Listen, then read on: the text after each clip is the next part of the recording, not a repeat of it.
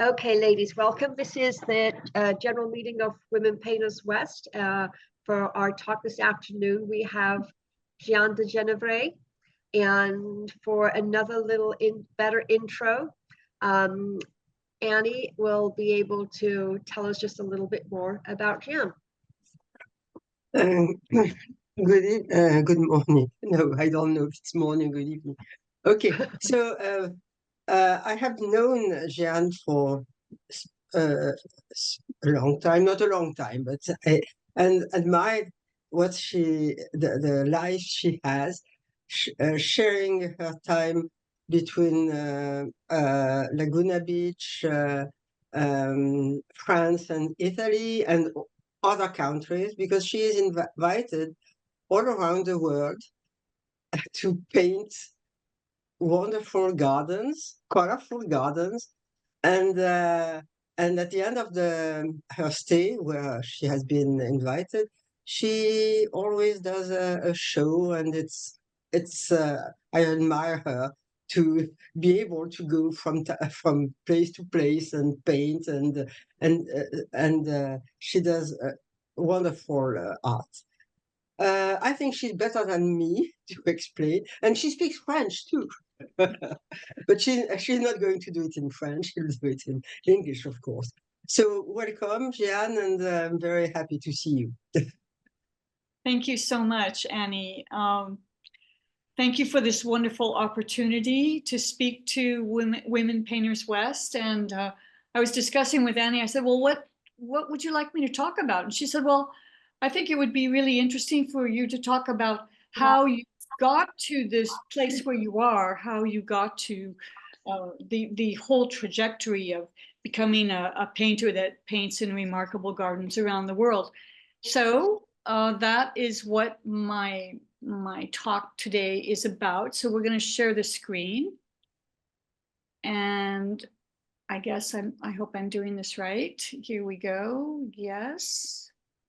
But I see all this information on the screen. Here we go.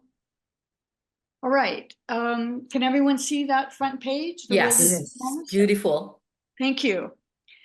Okay, so this is a short PowerPoint presentation. It'll be about 40 minutes, and then I'll open it up to question and answers. So I was born in Southern California, born and raised. I did my fine arts study at UCI. And then when I was about 28 years old, I moved over to France, and I went to the American Academy of Rome as an invited guest there. And I'm summarizing my whole life in 4 sentences, but we'll get more to that. So I met and married this absolutely wonderful man, Patrick, and he and I had a dream life. You know, here I had this art education, but now suddenly I'm projected into this amazing world of French upper society. He was an industrial, and so we traveled around the world in the capacity of his job. And I had a studio here. This is we're sitting in our dining room here in the countryside in the Loire Valley. And at this time, during this time, I'm painting in situ landscapes that are pretty average.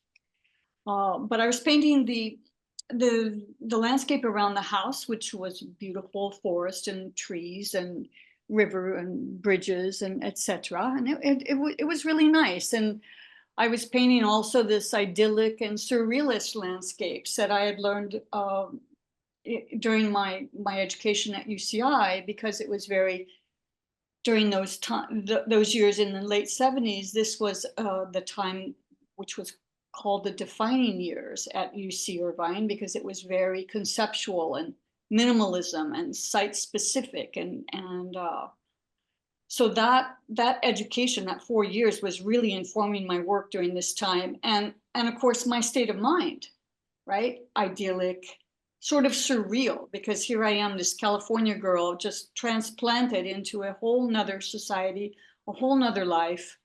And so the expression from that period came out in this sort of work. And I was really involved in doing these large paintings of imaginary landscapes. So it was all about the majestic and everything that's surrounding us and the infinite and all these sort of cerebral ideas, conceptual ideas, philosophical ideas. So as you see, these are large paintings, and so we're in about 2008. So this is what my studio looked like there at the country house. You see lots of bottles of wine there on the left. So you can see this sort of surreal, very colorful. It's really about color and imagination. So this is what I was doing in this first period. And as a fine art grad, though, I realized that I couldn't paint everything that I wanted to paint because the education had been so conceptual. There was no foundational study during those years. I had some teachers who became very famous. So Tony DeLapp, Craig Kaufman, Judy Chicago, Ed Burrell, criticism by Melinda Warts. I mean, these really stellar teachers who of course were not stellar at that time. They weren't on the global scene yet, or at least the national scene, but they were really invested in their own work and were guiding us along with their trajectory rather than teaching us any foundational work. So I decided once I was in France and living this wonderful life, I said, I really need to go back to school and get the foundation that I haven't been able to get. And so I found there was a Beaux-Arts de Paris, which is the fine arts of Paris. This is the finest fine art school in France, one of the best in Europe. And there was a maestro who was teaching a side course. And I went to him and I said, I'm a professional artist, or I think I am, and I've had a few shows, but I don't know how to draw. And he said, well, we'll just begin at the very beginning. So I worked with him for 4 years. And the first year, this is a course that was the same course that was being given at the actual Beaux-Arts University. But so this is how they deliver the foundation to their students. And still today, they teach this formation course. It's 4 years. The first year, you work with geometrical forms. So that means, the cube, the sphere, the cone. Everyone on this call today knows exactly what I'm talking about. And we were working, of course, with form, light, shadow, scale, grayscale, contrast, all of those techniques that we need to know, but in black and white. So primarily graphite and charcoal, graphite pencil. And second year, the same thing, black and white, but he would introduce a simple still life. So this 2 years, black and white. Third year, introduction to color and a little bit more complex still lives. 4 colors maximum, which means black, white, ochre, and burnt sienna. So it's pretty basic. You really learn a lot doing this. 4th year, complete palette, and even more complex still life. So that's the education that I did for 4 years. This was meeting 3 hours per day, twice a week. That was what that schedule was. So at the end of the 4th year, I said to the class, why don't you all come out to my beautiful country home and come with a maestro, and we'll have a 5-6 day workshop. So they all came out, and we're setting up, and in my beautiful studio that you saw, everyone's there. I think we're about 7 or 8 students. And by now we're friends because we've gone through 4 years of this study together. And I said to the maestro, Christophe is his name. I said, Christophe, I can't paint my roses, even though I really want to. And he said, why? And I said, because I'm a contemporary artist. I can't do that. I position myself, and it's too kitsch. And he said, listen, you're in your own home. You should do exactly what you want to do. So the first day I had prepared these canvases. The first day I went out and I painted this canvas. And so at the end of the day, you know, we started at 9, broke for lunch, and then we painted until 5. So this pretty intensive painting. And at the end of the day, we all met in the studio and we're having wine and cheese, and he's walking around looking at everybody. And he comes to this painting and he says, doesn't say anything. He just says, do another one. So for 5 days, I did one painting after another. And this becomes a really defining moment in my career, my trajectory, because at the end of the 5th day, he comes around and he looks at this painting and the five paintings together. As he's on the last day, it's the moment for commentary, what I call commentary. It's critique, basically. And he sees this painting and the rest of the 5, and he says, I don't, you know, this is wonderful. This is absolutely what you should be doing. And so at that very moment, I made my decision that this would be interpretive landscape would be my trajectory. So then I started painting my own garden, which was very beautiful. And my husband generously rented me a gallery on Avenue Montaigne in Paris, and I had a beautiful show there, and I sold everything in the show. So I said to him that day, I said, you know, if I die tomorrow, at least I know what it felt like to have a sold out show. And it was so exhilarating and so validating. It was just an amazing experience. So then, you know, I'm thinking, well, that was wonderful, but now what? And a French cousin, I was having dinner with her and her boyfriend and a few other people, and he said to me, I was seated next to him, and he said to me, you know, last time I was at the house there, your country house, I walked by the studio, there was some really nice work in there. And I said, yeah, I painted my garden, but now I need to find a place to paint. And he said, well, why don't you come and paint in my garden? I said, that'd be wonderful. Okay. And he said, well, you know, there was an artist that lived there. I think her name was Mary Cassatt. And I said, Mary Cassatt, are you kidding me? Just the greatest American impressionist who lived in France for many years and was associated with Degas. And we all know who Mary Cassatt is. And of course, the equivalent of Mary Cassatt and her rival was Berthe Morisot, who was the French impressionist painter of the same period. And he said, yes, she painted there for a few years. Why don't you come out? And by this time, my husband is severely ill. He's been diagnosed with terminal cancer.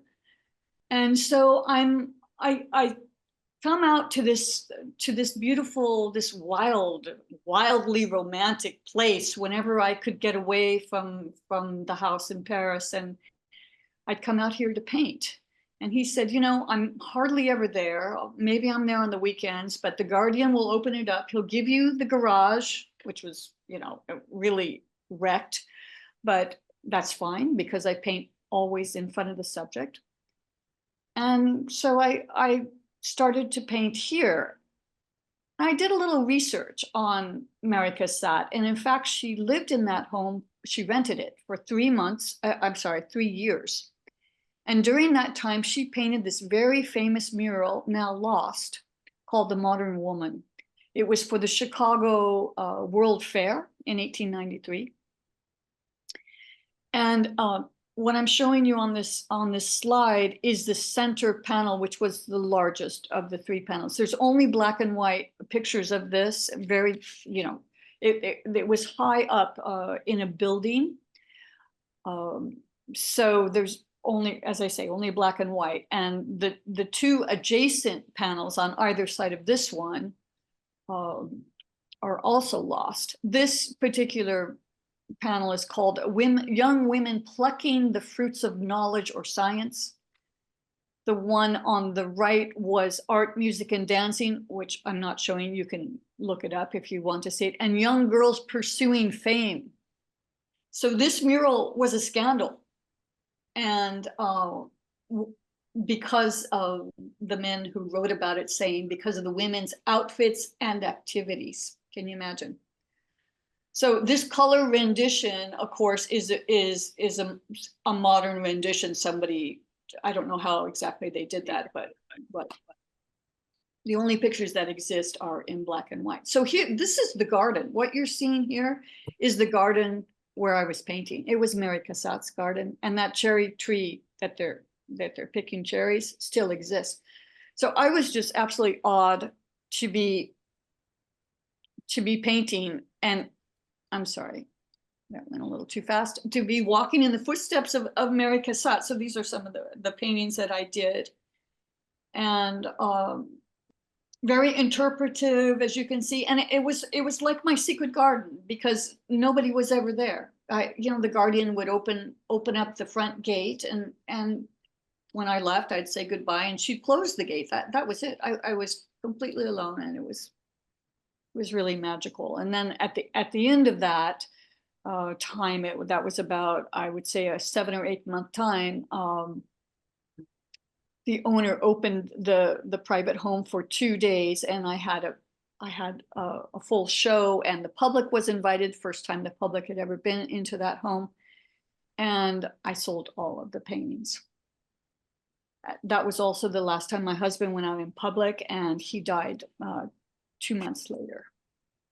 So now I'm at a second defining moment in my life and in my career. And so this is early 2012. And I was talking to my sister on the phone, and she said, she's a marketing strategist. And she said, there's a formula that I think it would be really good for you right now. And it's a formula for strategy and life direction.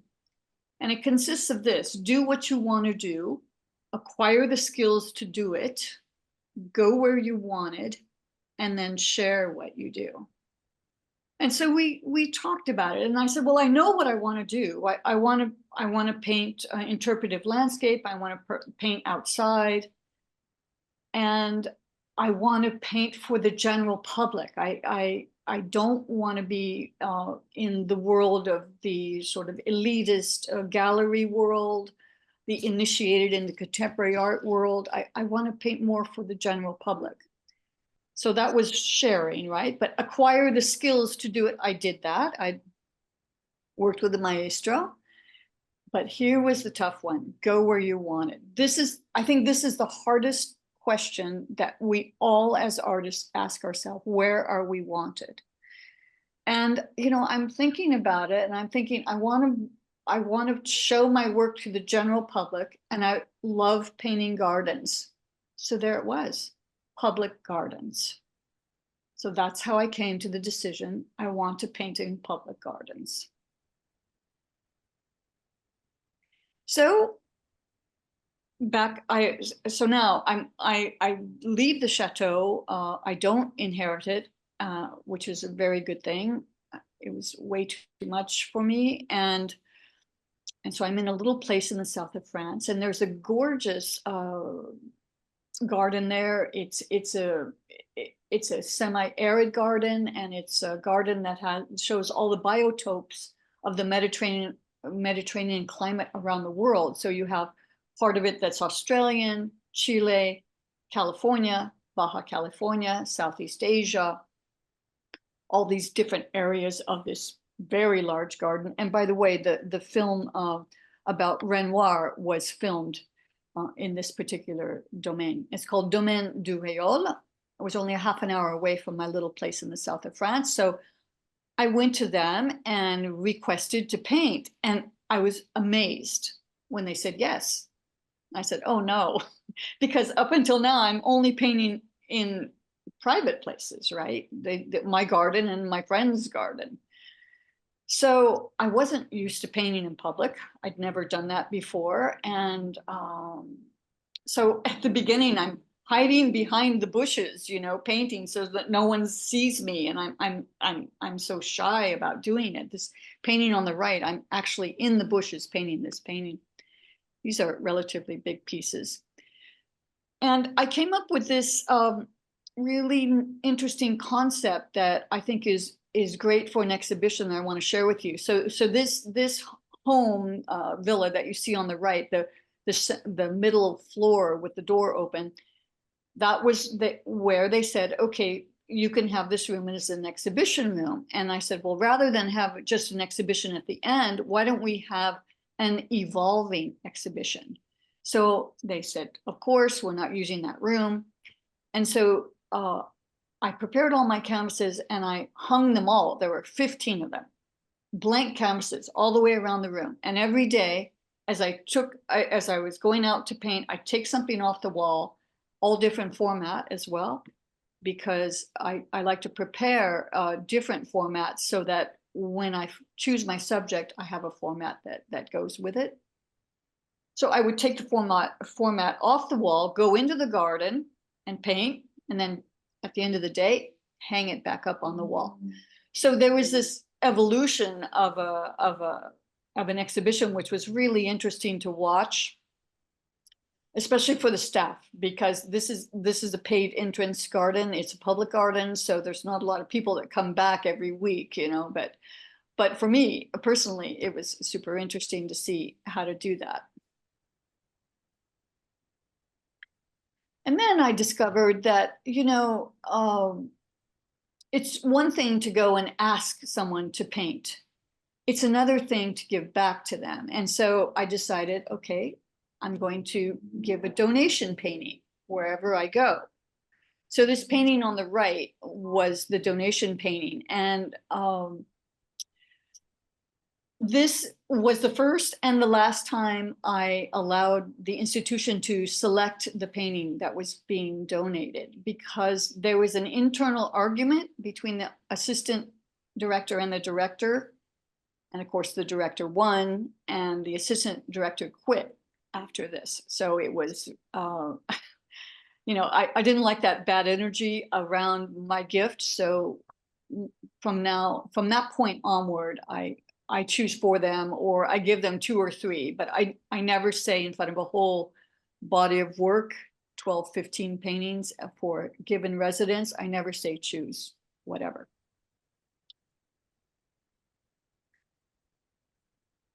This is kind of slow. And then they said, well, would you like to speak about what you're doing? And I said, sure, I'd love to. And so they organized a conference, and this is me standing with the director, and then on the guy on the left is the person that saved that property from developers. So he's sort of he's a local hero, Didier. And so here I am speaking. Whenever I'm speaking, I'm always holding a paintbrush. It's sort of like my my little good luck thing. So that I'm standing there in front of these paintings, and I'm speaking to a nice public that they invite. So this is so this becomes the formula, right? I'm discovering that this is this wonderful way of working. I go to some place, I offer a painting donation, I give a conference, they can communicate to their public that they have a contemporary artist on site, and I get to paint in these fabulous places and have a solo show. So this is a typical win-win situation, right? Everybody's super happy. And at this place, the Domaine de Réole, I was there for 5 months. That's the longest residency I've ever done. It was also the first public residency that I had ever done. So it was memorable, and some of the nicest paintings came out of that. And unfortunately, I have very few of those left today. So then I came back to Southern California, San Clemente, where my mother lives, because remember, I'm grieving also. So I'm traveling to try and see where I'm feeling best, and I'm feeling terrible wherever I go, of course, because I've lost the love of my life. But you know, this painting is saving me, and I know it is. And so she says, well, why just down the street at Casa Romantica, there's a nice botanical garden. Why don't you go see there? So I did, and they said yes. When I proposed what I would do for them, and so I started painting there. This is what the setup is. I only ask for one table. So on the left there I am with my table. I'm preparing the canvas formula there, which is hot rabbit skin glue with marble powder. My maestro taught me how to do that. And I also paint with a Casian medium with oil paint, of course. Casian, which is milk solids and egg yolks. So it's a very, very traditional European style of painting.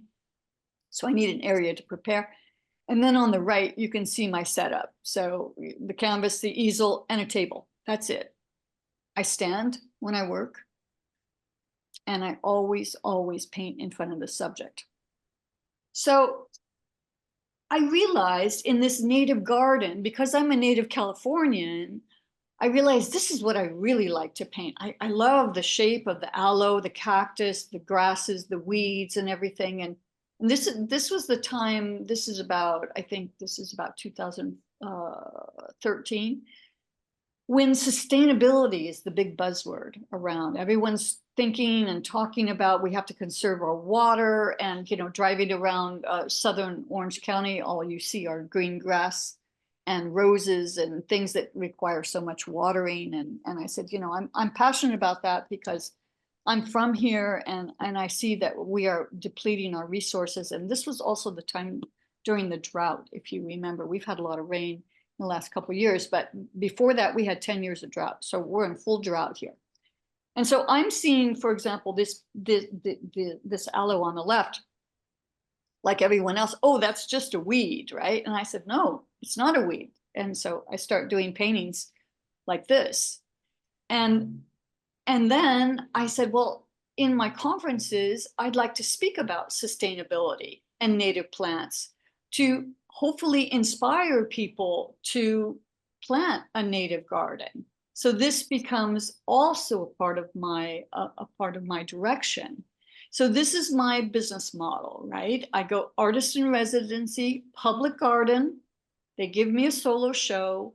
I give back a conference on sustainability or process technique, whatever they like. But I'm much more, especially in California, I talked about sustainability, and I give a donation. So I have my business model. So then this I just start to really expand with this idea. And I meet someone that says, oh, have you seen this garden, the Hambury Botanical? And no, I'd never seen it. This is on the border between France and Italy on the Mediterranean. So I went there and I asked them if I could come and paint, and they said yes. So this was a remarkable residency. I did about 15 paintings. Very difficult residency because the garden was straight down. So you can imagine every day I'm carrying the canvas, the easel, the table, and then the brushes and the paint. That's 4 trips down and 4 trips up. And then I've got to do the painting in between. So this is a really physical activity. I don't think I could do that today, 10 years later. I'll be doing a residency, but I'll tell you about that at the end, which is also going to be very physical next spring. But I'm showing this picture of me on the right because I'm wearing a dress that looks a lot like the painting. So this was my studio there. I did some of my favorite pieces in this studio. The photograph on the right, the painting furthest left was a donation painting. Also, if you go to my website, and you click on Hambury Garden, I did a wonderful interview with a British woman that really encompasses what I do and how I do it. So I invite you to take a look at that, Hambury Garden, on my website. So then I was talking to the professor, because that garden is owned now by the University of Geneva. And the professor there said, have you heard of Nympha Garden outside of Rome? And I said, no, I've never heard of that. So he said, well, let me call somebody. And so he called somebody, and he said, write to them. And I did. And so they accepted me there. And this is one of the most beautiful gardens in the world. And it has been called the most romantic garden in the world, Nympha. The thing is that it was donated by the Caetani family, one of the huge families of Italy from the medieval days, still today. And they donated this, but it's the Caetani Foundation runs it, and this garden is rarely open. Maybe one day a month for half a day. You can't. It's almost impossible to get into this garden. So here I am in this place. There's no one there except 2 gardeners. And I'm working here. I worked here for about 2 or 3 months. This is the old building they gave me to have my studio. It was unlivable. I didn't live here. I had to rent a place close by. So this is the Caetani Castle here on the left, and this is where I had the exhibition. And here I am speaking in the conference. Here I did it in Italian. My Italian was really rough at that point. Now it's much better, but that was a huge challenge. It was very, very difficult moment. And I painted that series of paintings in the fall. So you can see by the painting on your right how those colors correspond so beautifully to that picture of the Nympha.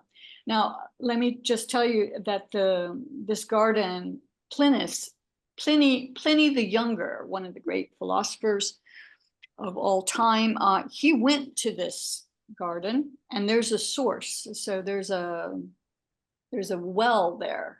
It's not really a well, it's a source. The water comes out of the rock. And he claimed it was the fountain of youth. So every day I took a bottle down there, filled up my bottle, and drank the fountain of youth. Of course, it wasn't. So then I come back to California. So you see, I'm back and forth between France and Italy and California because of this grieving period. I wasn't well wherever I was. I was just spinning, and the painting was keeping me really grounded. And so I rented a place in Laguna, and someone said, oh, there's a really nice garden up there on the hill. So I go up there, and so yes, they say yes. They gave me the studio. You see my setup. That's all I have there is a table, my small portable table that I go on site, and my easel. And it was the former aviary. It was the former bird cage. So my studio was in a bird cage. That was one of the more unusual spots. And on the right, you can see a really, really nice example of how I work. So that's called a princess flower, and you can see the flower to the left of the painting. And the reflections in the glass behind there, you can see those are captured in the painting as well. So then back in France again, I applied to the city of Menton to paint in the 4 municipal gardens there. Menton is the last city in France on the Mediterranean before you get to Italy. I highly recommend this as a destination, and some of the most beautiful gardens in that whole area are all in this town. Beautiful small city. And so I was the official artist for Menton for 2 years. They gave me the studio, which was the greenhouse, and the photo on the left is the view from the greenhouse. So I would paint in front of the subject, of course, and then come back and put things around. I just hung them on that lattice structure that you see. And so once again, people could see paintings in progress, and I take them down and go out again, or paint sometimes in the greenhouse as well, if there was just some small things I wanted to add to the paintings. But most of the paintings are done really in the immediate, right in front of the subject. So then I go to La Mortella Gardens on the island of Ischia, and I'm going back there this summer. This is the former gift shop that they give me. You know, something I have found with public gardens is that they always have a place. There's always a place that they're not using, you know, like the greenhouse or the garage or a storage area, or in this case, the old gift house that was empty. And so there never seems to be a problem finding a studio space. And so I painted this very incredible plant, which is called the Victoria Amazon lily, which you see on the left. And they're very rare. Of course, they come from the Amazon. Kew Gardens in the UK has an entire greenhouse only for this plant, and here in the Mortella also. And it's exceptional because it's auto-pollinating. So you see that the white flower comes up and opens in about 6 hours, then closes, and then about 4 hours later opens again as in fuchsia as a male. It opens first as a female in white and then opens again as a male in fuchsia. So as I'm painting this painting on the left, I'm watching this flower open because I'm standing there for at least 5 hours. So I did see the flower opening, and that was absolutely remarkable. These lily pads are, you could put a baby on those and they would float. That's the size, that's the scale. So of course I'm painting to scale, right? Just about everything I do, I'm painting to scale. Then I had a great idea because I'm in Laguna, and I said, you know, I joined the Sister Cities Association. And I said, well, you know what I could do for you is I could go to all of your sister cities and paint there, and then I'll have an exhibition and we can have it under the guise of Sister Cities and have an event around that. They loved the idea. So I went to San Jose del Cabo. That piece on the left is from that. Then I went to Cornwall, St. Ives. I painted a bouquet. Whenever it's too difficult or I need to do something where I don't have to think too much, I paint a bouquet. So Cornwall was very difficult. It was cold. It was miserable.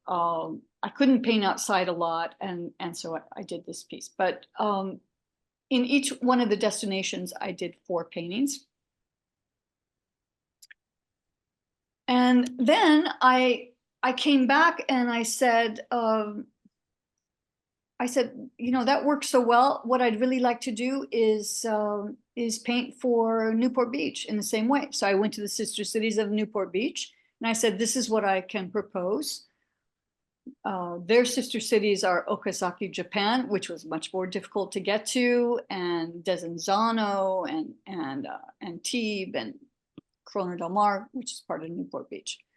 In this particular residency, I did do, they invited me to give a speech at a conference at the Newport Library, which was absolutely wonderful. That also is on my website. It's about an hour long, and it's really a lot of fun. So Okazaki, I chose to go there in fall rather than the typical cherry blossom season. I wanted to see these fabulous colors I'd heard about, and they were. These are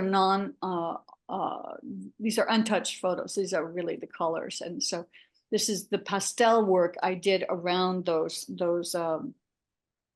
images. So pastel, as for you that all of you that work in dry pastel, it's impossible to work on site. So I was in a home, staying in a home, and my hostess would take me out to these beautiful parks, and I'd do some photo work, but small, you know, on my iPhone. So I'm not copying the pieces. I'm just sort of seeing the overall composition and color, putting down the iPhone, and then doing these pastels. So then I'm back in Antibes, and I'm painting at the Villa Elenrock.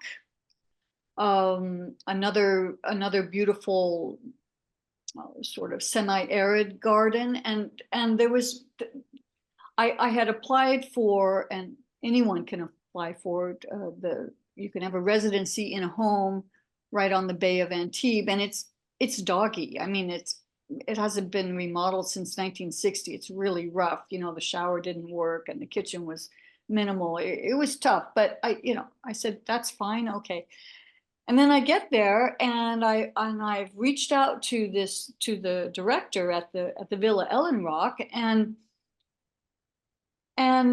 I say, I'm here, I'm available to paint, and the mayor has said, that I can come, etc. She never answers.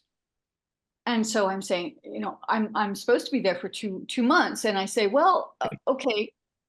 So finally it was a day when everything is called the Journée de Patrimoine. It's a day when all monuments in France are open to the public. Everything. It's one day a year. And so I was there. So I go. So I go to this villa, a beautiful garden and park and everything. And I see the director, the woman, standing on the steps, and I recognized her because I'd seen her on the internet. I walked right up to her and I put out my hand to shake her hand. I said, "Hello, I'm Gianne Genevraye. I'm the one that's been writing to you about coming to paint." And she looked at me and she said, "Well, when can you start?"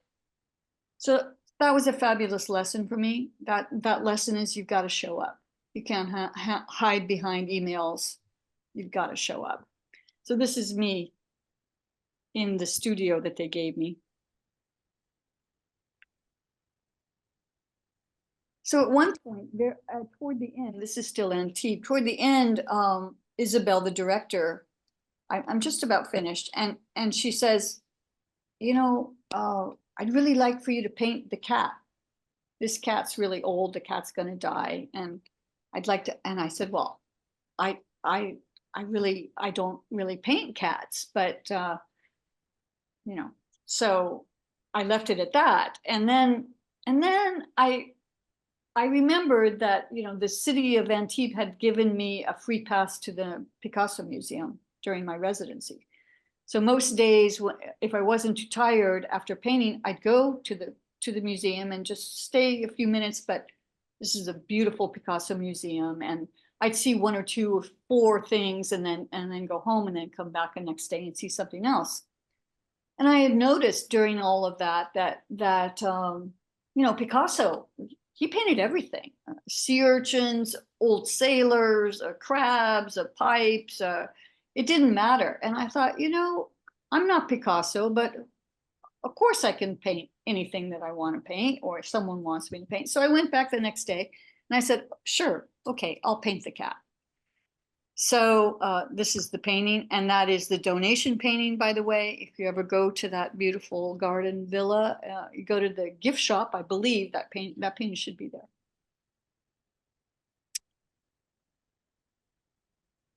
So then in 2021, during the pandemic, I went to Venice, and so that photo I took on the left in midday. This is Piazza San Marco.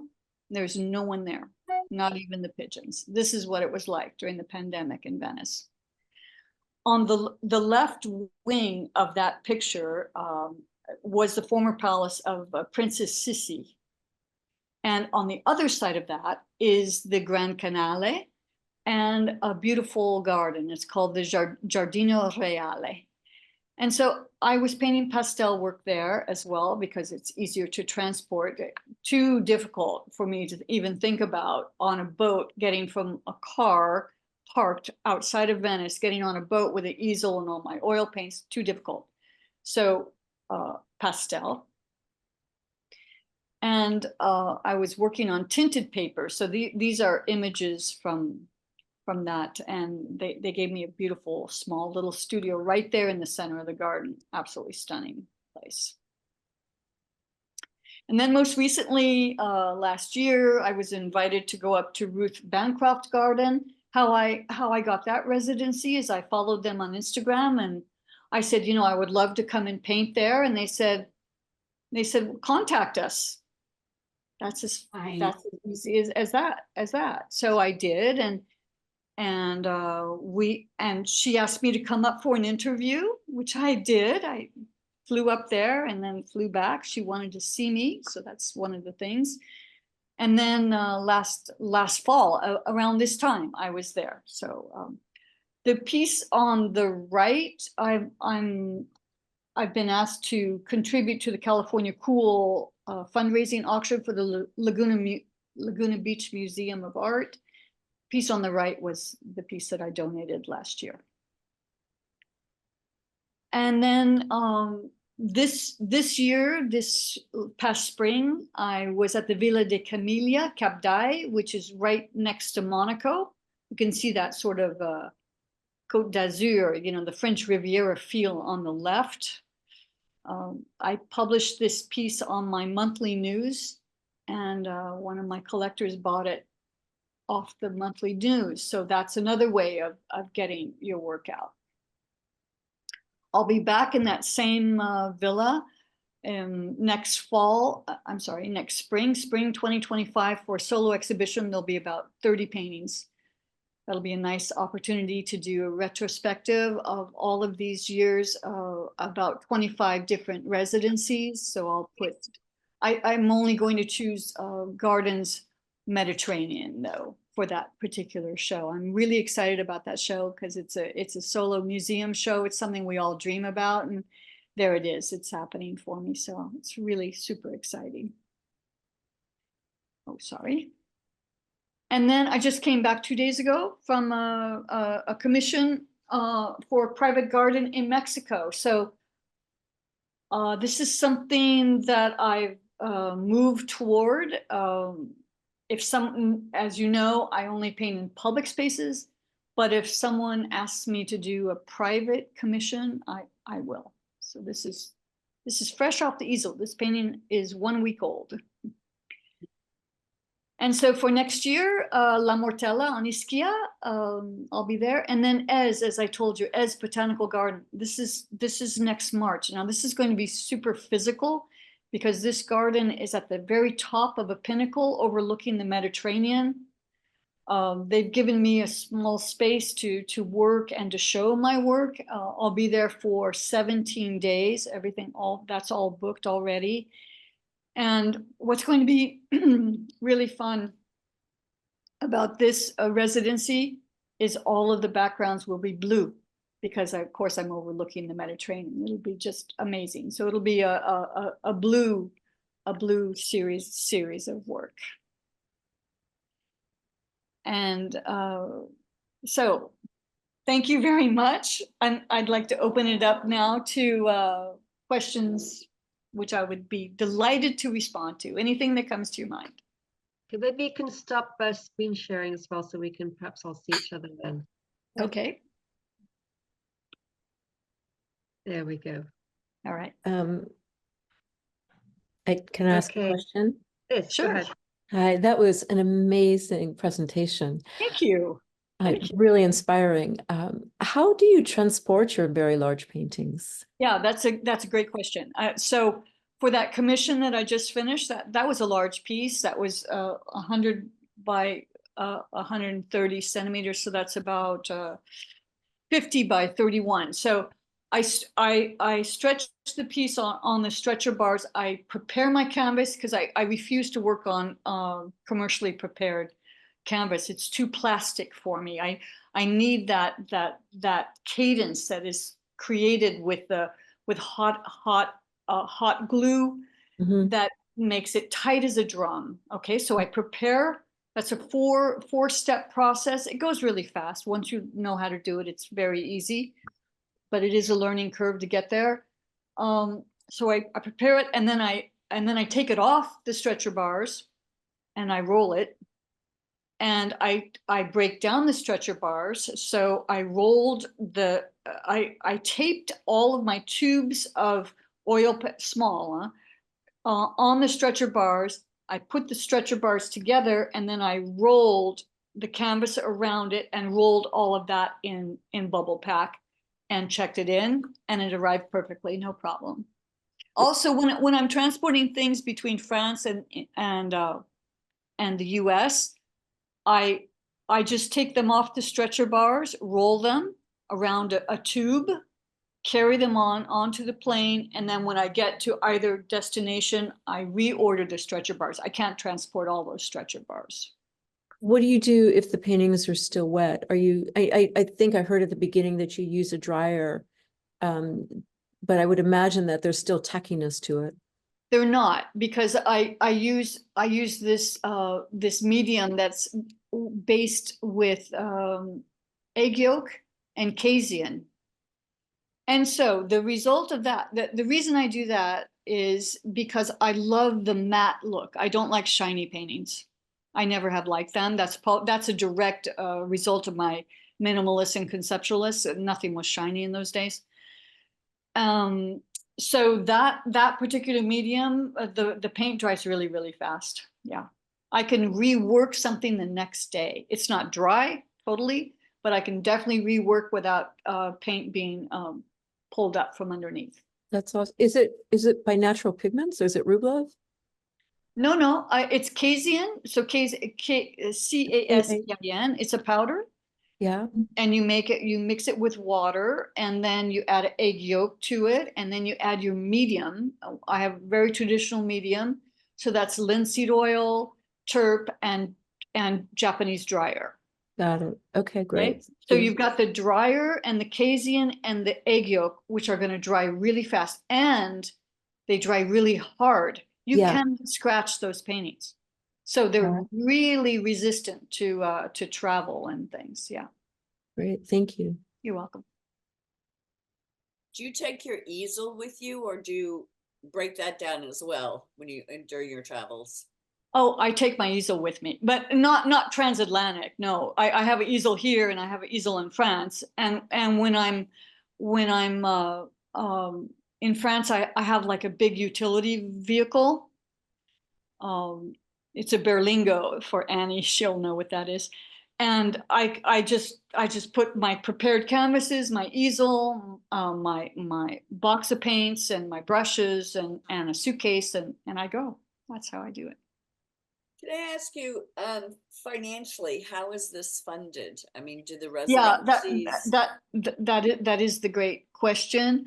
I can tell you that I sell a lot of my work. My work sells anywhere from now it sells from anywhere from $3,000 to $8,000 for a piece, and so my work takes care of my work. Okay, that sustains itself. But renting, it doesn't take care of me, my housing and my food and my transportation and all of that. But my work takes care of itself. So on a lot of these residencies, I have to rent a place to stay, and these are, I go through Airbnb, and these are basic places. This is not luxury life at all. And I've had I had one really unpleasant experience. The place was so awful. I had to leave immediately. Unfortunately, that was the Ruth Bancroft Garden up north. Unfortunately, I have a cousin who lives up there, so I moved in with her. But so there are some unhappy experiences that come with that. And also, this itinerant lifestyle is not for everyone. It's very daunting to go to a new place, new people, a new place to stay, a new garden. You have to sort of tame the gardeners, because I'm invading their space, and I'm very aware of that, and they make me aware of it immediately. So I have to become best friends with the head gardener. That's the first thing I have to do, and then everything is smooth. Because the people that make the decision, yes, you can go, I never really see them until the end. Who I see every single day is the gardener, and especially the head gardener. So that's, it's not a lifestyle for everyone, for sure. There's a lot of uncertainty and a lot of instability in it. And are you, I don't know how else to say this, a one-man band? I mean, Yes. do you do your socials, your everything? Your Everything. bookings, your reach outs, Yeah, I do. My younger sister, who I mentioned in the presentation, is a marketing strategist, and I do a monthly news and I give her all the material, kind of rough, the pictures and the text, and she formulates the text for me, but that's all. Everything else, yeah, I do everything myself, yeah. Do you And- feel, sorry, go ahead, Michaela. I just wanted to know, are you a fast painter? Yes, I have to be. Oh, absolutely. Yeah. Most of those paintings are done in a day. Wow. The painting behind me, that's a painting done in a day. Because I have to paint fast because I only have a certain amount of hours, and that light is moving so fast and that I'm capturing all of the movement within one painting. I cannot go back the next day. It's never going to be the same. So I have to finish it. No, I have to lay it in. At least minimal 75% of the painting is done by the end of the first day. And then I go back to it, or sometimes I don't. I don't think that I went back to that painting. There's a painting here, I'll show you, that I did in one day that I did not go back to. So there it is. Hmm. So yeah, it has that very strong, spontaneous. It's not detailed. It's not. I'm capturing the gesture and the movement and time in the pieces. Have you ever done floral murals? Hi. No, I haven't, but I could do a floral mural, sure. Those But keep putting you their know, hand up. I need to have the subject in front of me because I'm always painting in front of my subject. I'm not a studio painter at all. I have a studio Here. in Laguna Beach at Laguna Canyon Artist Studios there, but I rarely am painting in there. I'm just, you know, working and I stock a lot of my stuff there, and sometimes I work on pastel because pastel is studio work. You can't do it outdoors. So if I'm working on pastel, I'll be doing that in my Laguna studio. But all of my oil painting is well, wait, let me back up. Not all of it. I've started doing in the last few years since I moved back to Laguna more full time, well, 6 months a year. I started doing marinescapes, seascapes during the pandemic because I'm in front of the ocean. I could see the ocean every single day and we couldn't do anything, as you all know. And so I started painting seascapes, and it was a wonderful way to get through the pandemic. And so those are studio paintings, and they go back to the imaginary landscape because I'm not painting from the subject. I'm not painting from a picture. I'm painting from my idea of what the seascape looks like. Exquisite. Question, please. Gianne, do you have any local exhibitions or galleries that we could see your art in Los Angeles? No, I don't. But you're welcome to come to my studio. I've got, oh yes, I'm part of OCA, Orange County Contemporary Artist, and I Orange County. Yeah, I was just in a show there, but just one piece, so no. But the Laguna Canyon Artists, they have the open house on the weekend of the 7th and the 8th of December. I think let me just double check that. Should be on your Yes. website, right?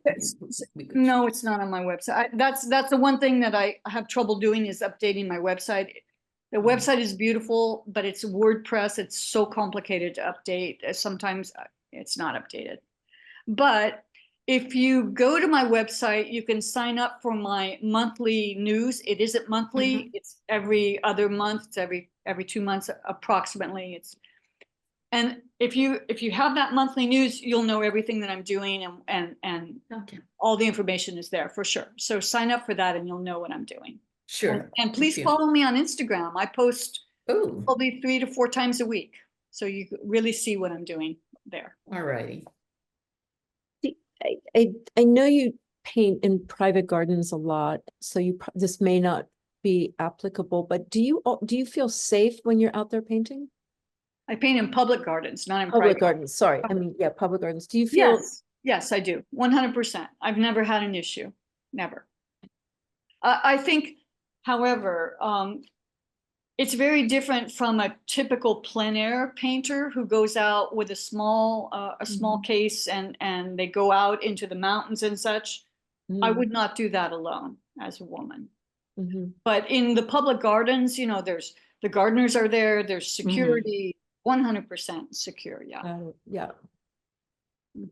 Yeah, plein air, you need to plein air when you're hiking and painting, something I don't do. Definitely should not go out alone, go out with other painters. For me, plein air in that way is kind of a hobby for me. I just started doing it, very traditional. So, you know, something with a foreground, midground, background, as opposed to what I do, which is a very close-up work. And seascapes and, you know, traditional plein air painting, California plein air, we all know what that is. And as a hobby, I'm working with, I think, one of the greatest plein air painters today. His name is Ray Roberts. I don't know if anyone knows him. And whenever he has a local workshop, I go and paint with him. I'm doing one on the 17th of October. I'll be painting with him again. Yeah. But, you know, plein air painting, for me, California plein air, something that I absolutely love, but there are some really, really good painters doing that. And it's a very technical painting method. It's something that I think takes years and years and years and years to master that level of detail. And for me, that's not what is interesting to me. What's interesting to me is painting the movement and the light, painting the light and capturing that, trying to capture that on a canvas. That's what I try to do. You mentioned that this teacher's comment about the 5 paintings that he made you do 5 paintings over and over again to paint the roses, and then you decided that's what you were going to do. What did you feel that you wanted to do before that moment? Well, as I say, I was painting these all of these sort of imaginary landscapes. Yeah, so I was to put it in just a small phrase. I was painting from my head, very intellectual work, rather than painting from my heart, what I really wanted to paint. Because what I you know, even as a child, I loved gardens. I loved going to gardens, and you know, but I was not like the other kids. You know, I wanted to go to this garden and see this and be there and spend time there, not just go and come home. You know, and so that was my heart, and just the opportunity. I don't know how to say it. The opportunity to be able to paint what you really feel is the most important thing. To your soul, I think is what we all are looking for when we're looking for direction. And also, I was curious about Laguna Beach being twinned with St. Ives, because knowing beach both, my first thought was, what? So I'm just curious, seeing as you probably spent more time at both actually than I have done, whether or not you felt that that was an interesting twinning, a good twinning, or that was one of those, what he was doing. You know, that's a really good question. The reason for that is that, believe it or not, it's a surfing area. So that was the basis of the twinning, was that there's a surf culture. Yeah, that's all. Nothing else is. Well, it's a little bit of a microclimate. It is, but it's very, very unlike Laguna. Yeah. Not being a surfer, I missed that aspect of both.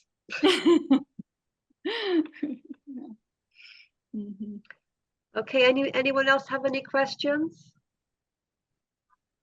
Okay, well, I think we'll wrap it up there. Thank you very much, Gianne, for a wonderful talk.